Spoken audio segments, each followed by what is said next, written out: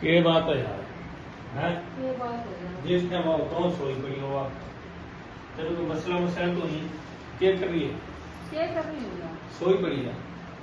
छोड़ दे वो है आपको। मैं जिस टाइम आऊँ देखूँ तो सोई पड़ी होगा कोई काम कर लिया कर कोई झाड़ू को पोछा कोई कुछ न कुछ कर लिया कर हमारा तो यही कोई बर्तन धो लिया कर कोई काम कर लिया कर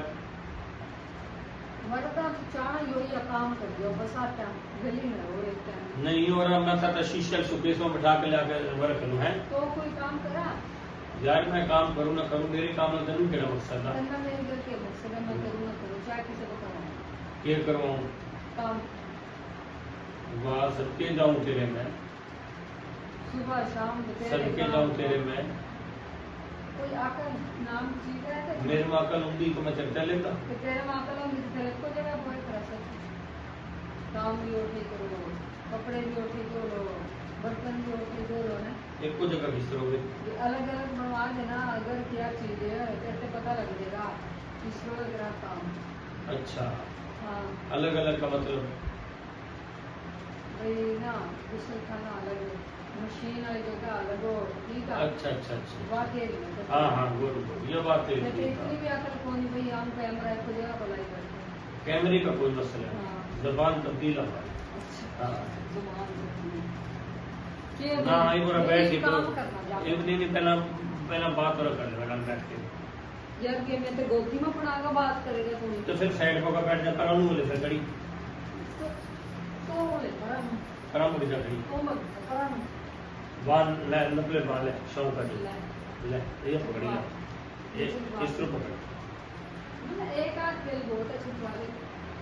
यो के खबे दो खबे ले तो पकड़ ले चल छटवाए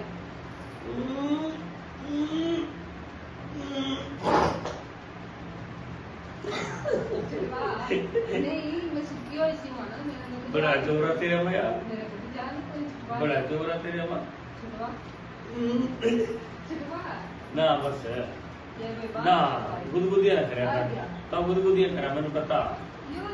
इस काम पसंद है तेरी यार मेरे तो पता नहीं कोई समझ नहीं रही कमरों में सिन्ने कदे कड़ी तो सिन्ने आ जे चाय पी लूं मैं ठीक हो जाऊं चाय पीऊं तो ओए नाम रोना गांव बैठा तो किसे पहलवान लगा मेरे को तो मैनू तो पहलवान लगा पक्की आज ये मैं वीडियो बनाया तेरी हाँ सीधी सी बात है फिर नाराज नहीं हाँ पता होना चाहिए तेरे कि वीडियो बन रही है ये नीचे मुंह क्यों कर लिया है वीडियो नहीं बन रही आप ये बताई वीडियो जो बन रही है तो फिर वीडियो जो बन रही है फिर वीडियो का मतलब क्या है भाई मैं तो बताई मैं तो शर्म आ किस चीज की शर्म होगा वीडियो का है वीडियो बन रही है अच्छा फिर उसका फिर आज का क्या मतलब है तेरा एकदम शर्म आ गई वीडियो के नाम पर और क्या आज चल खड़ी हो चला हाँ चला चाह देख चाह पड़ी तो चाह दे देख ले चाह खड़ी हो ये यार चाह खत्म हो गई